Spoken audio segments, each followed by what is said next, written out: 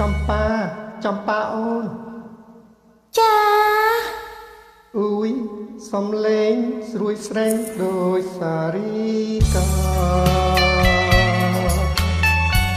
ក្លែក្លិនចំប៉ាសែនក្រអូបក្រៃអូនហើយលៀងខ្លួនពួននៅធ្វើអ្វី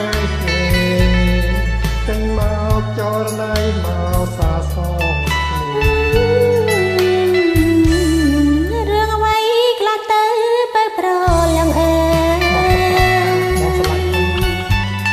រឿងក៏រឿងត្រៃសំបងវិចាចំណែករឿងមួយគឺរឿងស្នេហាតំប្រមេត្តាប្រកុំហាក្តីនឹងត្រីក្រអូបអបក្លិនចំស្វាពីវ៉ាកែវគុំខុនបងណាស្រី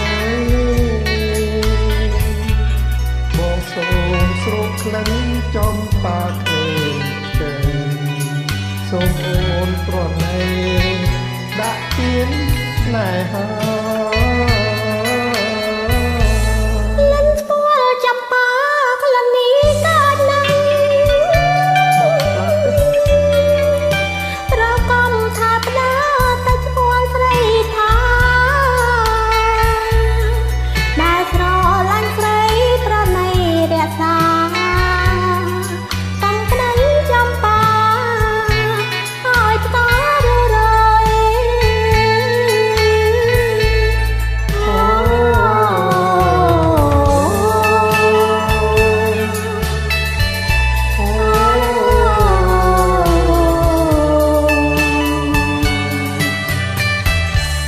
យខួញស្អាតម្លឹងប្រលឹងមាន